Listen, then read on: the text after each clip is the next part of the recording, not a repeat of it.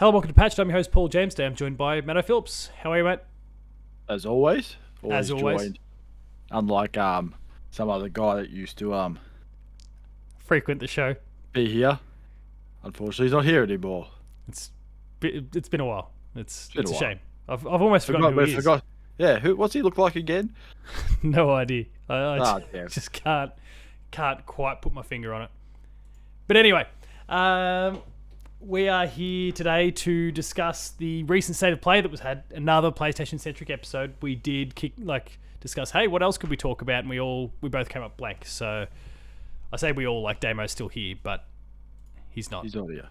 So yeah, that's state of play is what we're discussing. And look, it was an interesting one anyway. The way Sony promoted it in the lead-in was that everything was the main focus was going to be on Japanese studios, like their Japanese partners. So it essentially became a Square Enix show, really.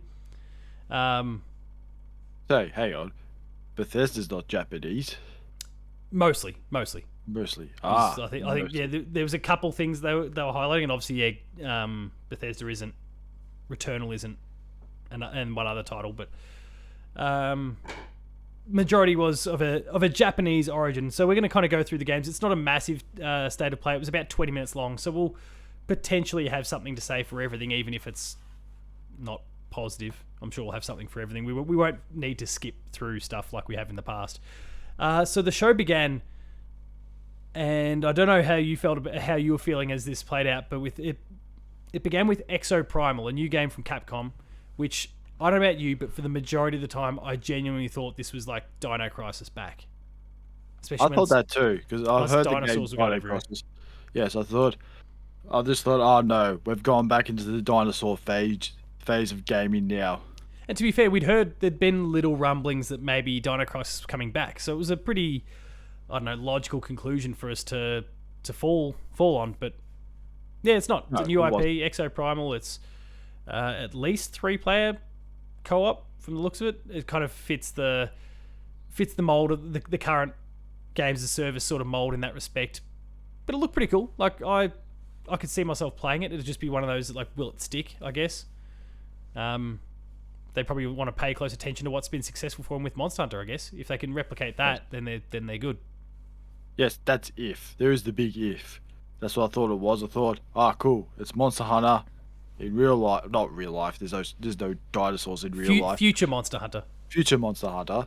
With dinosaurs robots being ripped through time or something. And T-Rexes with just being T-Rexes and just magically dinosaurs just falling out of the sky as is what will happen in the future. Just a big ball of whatever it is, and all of a sudden comes out. It actually reminded me of the Avengers for some reason, because that's the exact same reason. He's looking concerned for a second. I don't know why. Oh, no, sorry, that was just a text. Ignore that. Oh, right. Nothing to worry about. I thought we crashed. No, we're good. Not again. No, flicking over to Damo one too many times kind of upset the entire Damo run of the show. I've just flicked back to him again. No. So, yeah, no, nothing went wrong on mine. But yeah, it's something like dinosaurs being ripped through space and time and being dropped in some future setting. And yeah, look, it could be fun. I'm keen to see what it's like and go hands on with it at some point. Hopefully there is like a beta, Monster Hunter style beta to actually try this thing out. But we'll see. I don't know. It's hard to get a bit of a read on it. Next up, and you referenced Bethesda before. Next up is Ghostwire Tokyo, which is in the hands of lots of outlets at the moment for previews. There's going to be previews coming out over the course of this coming week for the game. So expect to hear a lot more about it very soon. And obviously the game itself is only, 2 weeks away?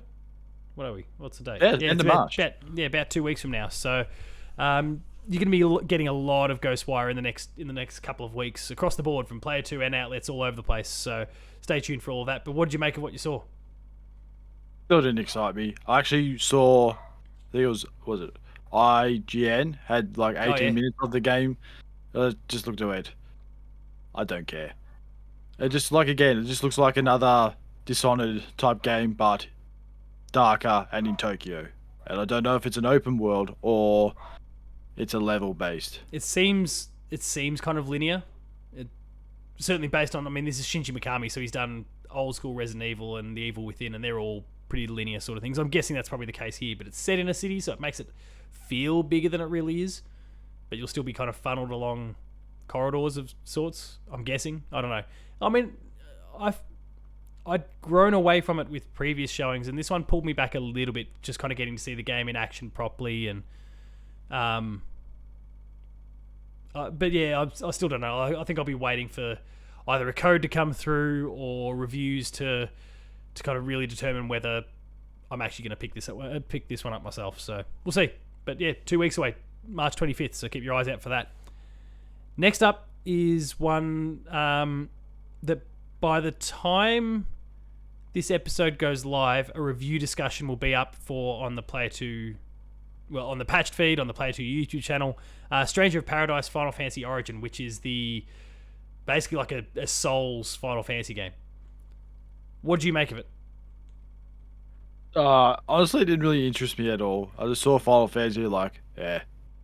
It looked very Soulsy. I thought, don't care about that either. So, just 2 and 2 together. What I'll say now that as of when this episode goes live, that the embargo is already lifted. I've been playing it. We got sent 3 codes from Square Enix / Bandai Namco locally to allow myself, Jason, who's doing the core review for us, and Max from the Pop Culturists to all get in and play, because it leans into multiplayer quite a bit too. Oh, so say we're outsourcing our games now. Well, yeah. Jason doing the review, one for me, and then we got Max in there because he's a big Souls person, so and a big Final Fantasy person, so really awesome. 2 together. There we go. Put 2 and 2 together. So one of the things I really appreciate, and this might stir Souls fans up a little bit. Elden Ring fans, obviously, there's like the conversation every single time a Souls game comes out is about difficulty, right? And whether there should or shouldn't be difficulty modes and all of those sorts of things. Well, this one has them. You've got like a story. They've dubbed it story, action, and hard. Action being kind of the default one. Action. Hard. Yeah. Do you want a story? Do you want some action, or do you just want it hard? Oh, and I guess it kind of makes sense. It kind of makes sense. It does make sense. It does. It's weird. It's typical Square Enix. It's almost as bad as mouthful mode. Yeah, and so like their recommendation when we got the review guide was like start, and you're not fixed into the difficulty. You can adjust it almost at any time. If it's mid mission, then you'll have to start the mission again if you decide you want to change it. You can lower it, but you can't go back up.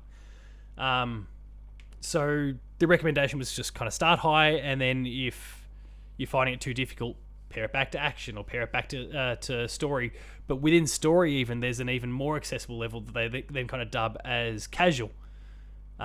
And I've tried that out, and geez, you feel good playing it. Like, I've been getting the right sort of level of challenge out of action at the moment, which has surprised me because like that's kind of normal. I'm like, okay, Souls games aren't really my thing now. I still get my teeth kicked in every now and then, but like I can very quickly see what it is I need to do. It's not some ridiculous ask, like in the case of most Souls games. So I think in that respect, like I don't know, it may upset the hardcore Souls people because of those difficulty levels, but for someone like myself who's been so opposed to the Elden Rings and Bloodborns and whatnot over the years because of the difficulty, it's exactly what I wanted to see. So, and they say chaos a lot. You kind of do need it because if you got Final Fantasy fans coming in and you give it a Dark Souls difficulty, they're gonna cry. I mean, look, Final Fantasy games aren't easy, but yeah, it's a totally different sort of. They're not like Souls difficulty. Yeah, it's a totally different sort of challenge. So, if people aren't happy because it's got difficulty, there is a game called that. It's called Dark Souls. You can go play that. You can go get lost and go play that game. Yeah, if you don't like it, shut up, or just set it to hard and be happy. Like, move on. Don't worry about your easy or adventure mode or action mode or whatever it is. Yeah. You just stick to your hard. Just play it on hard and you'll be happy. Yeah. They say chaos a lot, as is kind of the meme. Chaos, we're off to kill chaos and all that sort of, like, it happens a lot. They say it so much. But anyway, the rest of that's for the review discussion. So go check that out, people. It's already up on the patched podcast feed and on YouTube.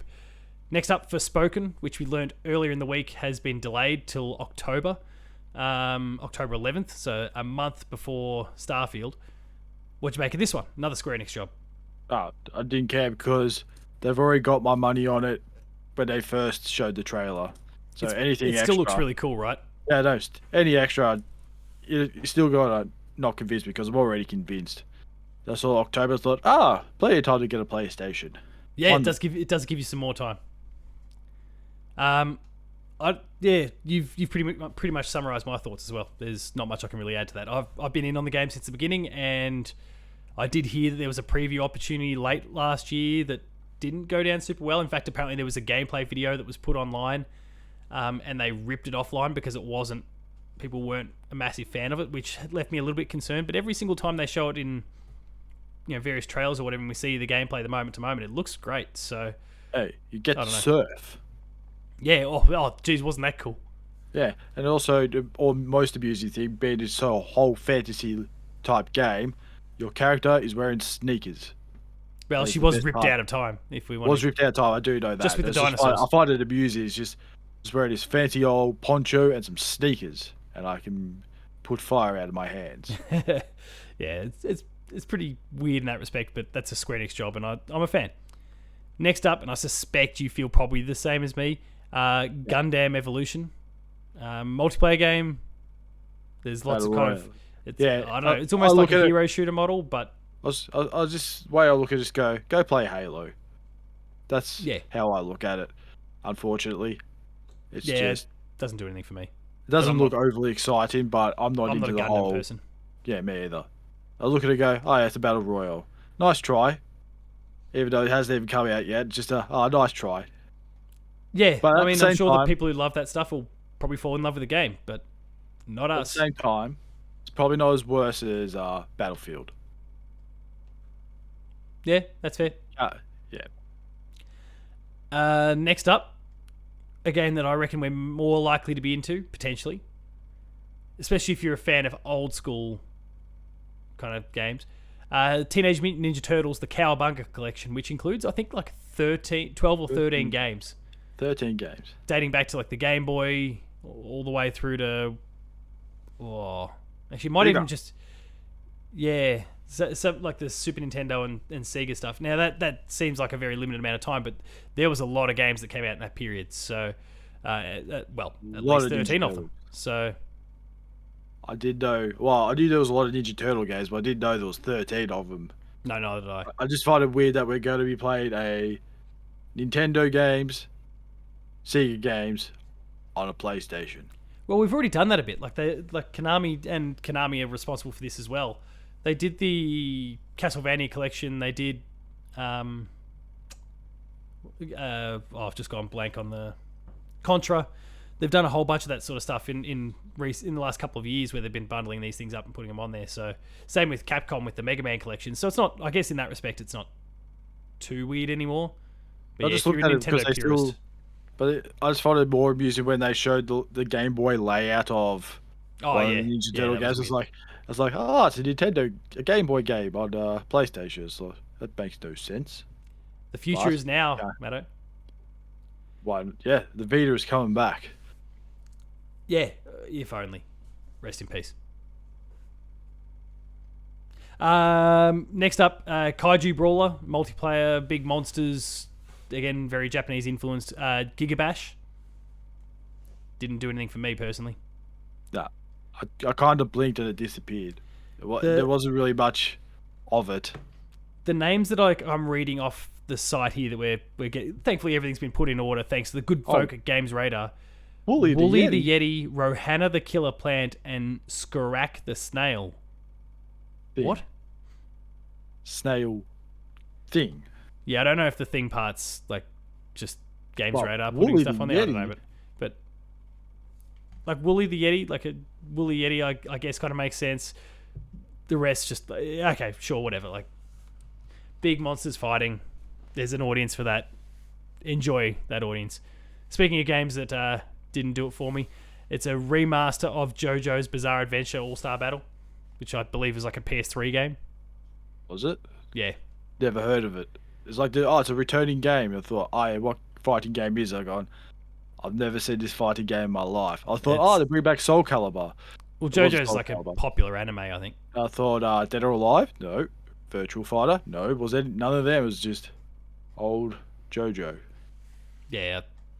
Never heard of it. I know nothing about JoJo other than the fact that it is an anime. Good for them, I guess. More than me. Yeah, And good that on them. audience must be popular enough to warrant it. So, yeah, good luck to Yeah, everyone that's 50 keen on with their 50 iconic characters I've never heard of. it. Super So iconic. well done. Well done. From here, I don't know about you, but I think this is where things really started to trend upwards from this point on. Trek to Yomi, which is a Devolver game. Ooh, So, Devolver. Doug, Doug.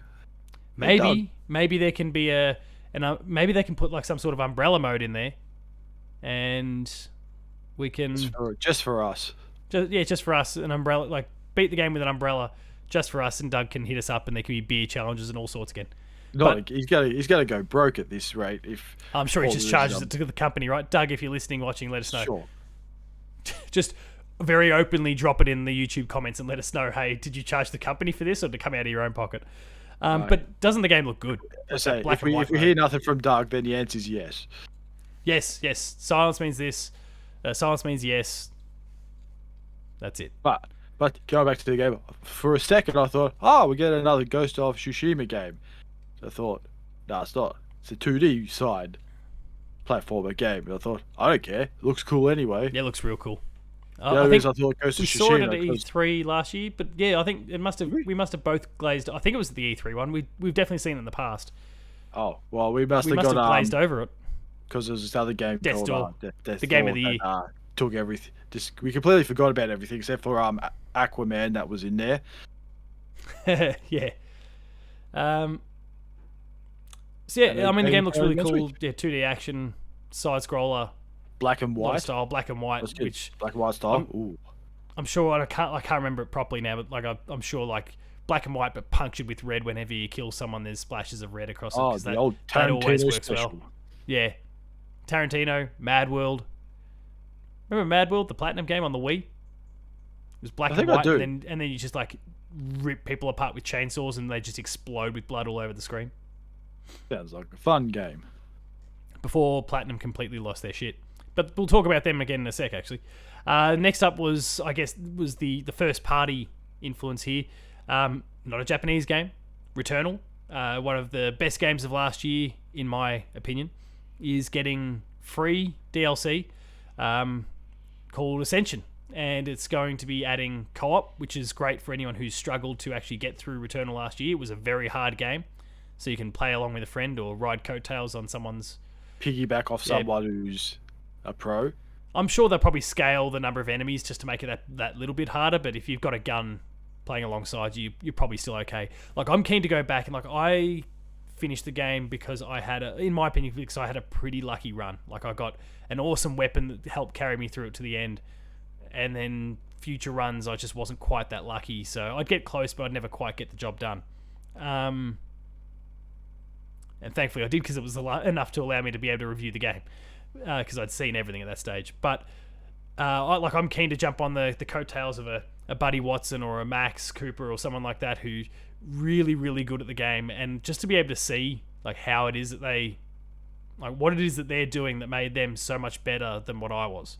Is there a Maybe try and tactic learn from that of a bit. is there a tactic of running away? Because I do that a lot. Or is there no running away? Yeah, it's kind of got that Doom approach. yeah, The so push you- forward. So you have to get rid of everything before you can move forward. Yeah, but even Wow. like your best defense is a good offense sort of approach in this. So, and often like you enter a room and doors kind of lock behind you, sort of thing. So you're kind of stuck. Oh, so the old Legend of Zelda technique of barring you in. Yeah, pretty much. It's still arcadey at its core, so that's where that kind of comes in. And this DLC is coming out March 22. You've got that. There's a tower scaling like survival mode, and the co-op that we mentioned. So if you've got a PS5 and you've been playing Returnal, or you haven't been playing Returnal because it seemed too hard, you've got maybe a few reasons to try it out now. So about a week and a half away from that. Go check that one out. And I mentioned before Square Enix, that we've already seen them a couple times so far, and they resurfaced again at the end here with two brand new reveals. The first is the Diofield Chronicle, strategy RPG. the timing seems a little bit weird because they've just released the Tactics RPG in... Oh, shit. I reviewed it. The triangle one. Triangle strategy, yeah, thank you. This one's coming to all the consoles, presumably plus PC as well. I guess this one's a bit closer to an XCOM, I think, in the way it looks. In terms of the way it plays, I should say. But the interesting thing, and I mentioned Platinum before, they buried the lead on this really badly. Like, if you rewatch the trailer, it doesn't have their name anywhere, but it's in the press release that this game is being developed, or at least co-developed, by Platinum Games. And I reckon Square Enix was trying to hide that because they've just put out Babylon's Fall for Square Enix, and that game has shit the bed badly. The player count is horribly, horribly low, and it's a really bad game from all reports. So I can see why they're trying to bury that, but this game doesn't look like it's going to be bad at all. In fact, I really quite liked what I saw. I'm pretty excited for it. It's going to come out later this year. What do you think? They look cool. Didn't really excite me that much because it's not. I'll say it's not my type of game, as we all know. Yeah. Those type of games, but one of these days I'll get into it. Maybe I should go back and play Octopath Traveler. That'd be a good starting point. Play it on your Xbox. It's free on Game Pass. I've got it on my Switch. Okay. I played it for like 8 hours and just stopped playing it for some reason. I don't know why. Were you enjoying it up to that point? I can't remember. Yeah, I think it's just more the fact that when you come up against enemies, I know it's like that's the style of the turn-based thing is not. No, it's more the how much health they have left, because you feel like you're there for an eternity trying to kill this one rat and it's alive, and you just go, when's this rat gonna die? And then you all die, and then you just cry. And have to it checks out. Wherever your checkpoint was. Yeah, obviously we'll learn a lot more about it because the game's scheduled to come out later this year. As is another debut title there, Valkyrie Elysium, which is, I mean, Valkyrie Profile is a fairly old Square Enix IP now that's kind of been sitting in dust for at least 10 plus years. I think maybe the last one was on the PSP potentially. It's back. It looks like it's a bit more action focused. It's kind of got a really cool style about it, but they still didn't show a huge amount. But it's going to be coming to PS4, PS5, and PC. What'd you make of it?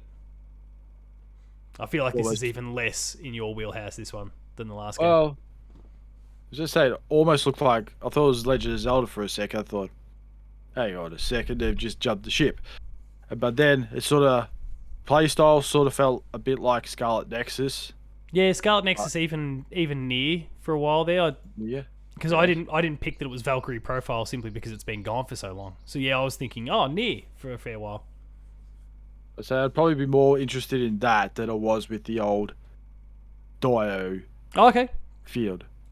Just because of the look of it, but they'll probably show. When's it come out? It doesn't have. It's 2022. They're both all the games there pretty much showed. That whole showcase was all 2022. Yeah, no one really. I don't think anything really got a date that we didn't already know about, outside of obviously Returnal, but that was announced and releasing in the space of 2 weeks. I don't think there was any new dates of any sort actually.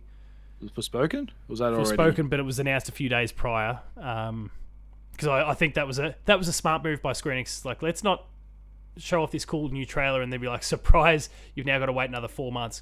Let's get in front of that, put the bad news out there, and then the state of play comes along and people already know, and they can just enjoy the game for what it is. Strategy. But yeah, I mean, I could see why that. It's maybe the opposite of my initial thought, but yeah, I could see why Valkyrie might appeal more to you than Diofield.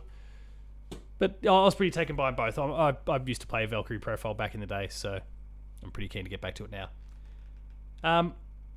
Any thoughts on the show all up? Because I guess that was the weird sort of way that they ended it, with a brand new title in a franchise that wasn't all that popular to begin with, and that's how they closed it. But what do you think of the show overall? It was short, but it was good. But just for some reason, I thought, they're just taking ideas from Nintendo now, are they? Or what do you mean? It was all like the whole presentation, like, and now for a new game, something or other, or. Oh, the format they've been trying to replicate for a while. They've tried to go with that format for a little while, but they don't.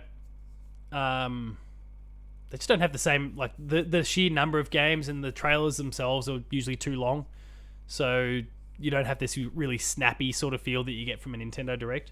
It's like, they might Nintendo Direct, which a proper one like the one we had recently, was twice as long, but they showed a lot of stuff. More than twice the number of games. Like they make sure the trailers are shorter. There's a mixture of indie and AAA and Nintendo made games and whatever. Whereas here it was, now admittedly this one they did signpost in advance. They said Japanese developers and publishers mostly, no VR, all that. Like they tried to hit a lot of things on the head.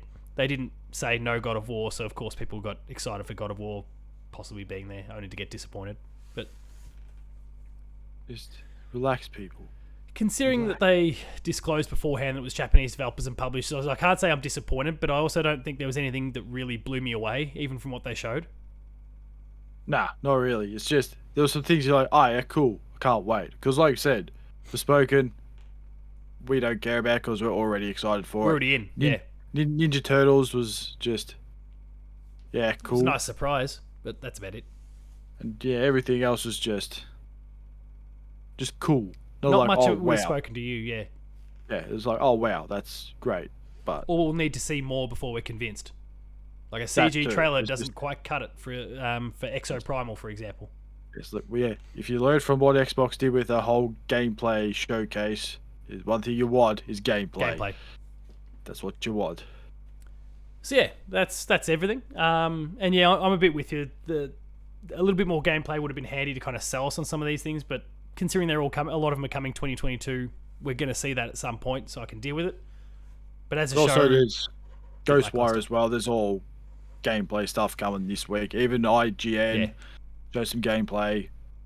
It's coming. They showed gameplay. The previews are all coming. I can't remember when they are. We don't have access to the preview.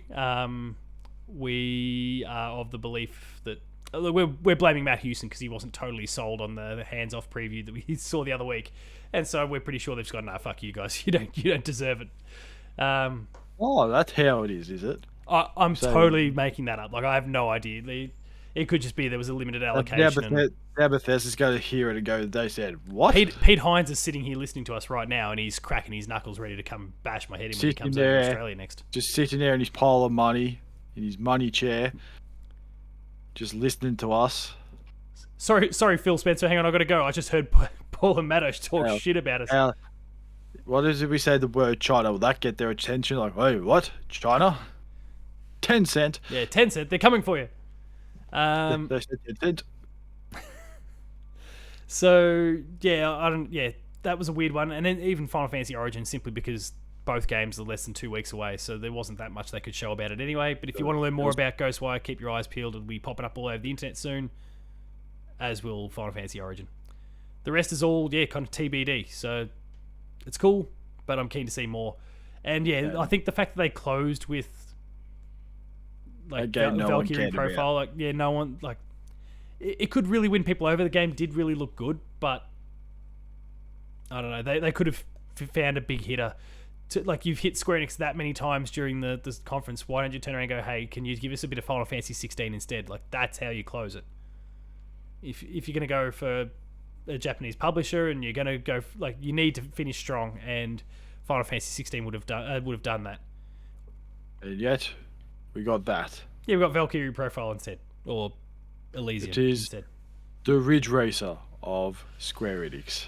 Yeah, and not in a bad way. Ridge Racer is good too, but yeah. Anyway, we'll wrap it up there because we're just gonna be defending it, or I'm just gonna be defending them and picking on them at the same time. So I don't really know where to land, and I'll just ramble. We'll wrap things up there. If you enjoyed this episode of Patch, please be sure to like, share, and subscribe. All the buttons down below. Hit the notification bell. That way you're alerted to every new video the moment it goes live on the channel. That includes Patched, Play 2 Plays, Gamer School, and a whole bunch more. Matto, we mentioned it last week. Your Umbrella mode, your full playthrough of the Umbrella run of Death's Door is starting to go live this coming week. Or this coming weekend, I should say, as of when this episode goes up. You've got 9 episodes already in the can done. How many are there in total? 12 and they're all done. Yeah, sweet. So over the course of the next 6 weeks, you'll be seeing 2 episodes a week as Matto plays through that. And we've already got the next full playthrough series lined up after that. Matt Houston's already started rolling a few episodes out for that on the back end. But I'm just going to give him some time because he is currently not at full function. He's got half a hand. He's got one and a half hands. Half a functioning hand. So he's got to use his strong hand for now. Yeah. So we'll give him some time, and that works perfectly because we've got the Umbrella run ready to go. So stay tuned for that, and then Player 2 plays all day, every day from that point on. Visit the website, player2.net.au for reviews, previews, opinion pieces, news, features, links to the podcast series, Patch, the Player 2 Pixelcast, and Dev Diary. We're on Patreon, patreon.com/player2au. Lower tiers, early access. Higher tiers, monthly episode exclusives. And finally, there's Twitter. Matto. Matto_Phil. Paul James Games for me. Send your love to Damo. We miss him. He'll be back sooner rather than later, I'm sure. Hopefully. Maybe. RIP. We don't know. Who knows? Until next week, we're going to leave you with that picture on the screen. Thanks all for watching. See you later.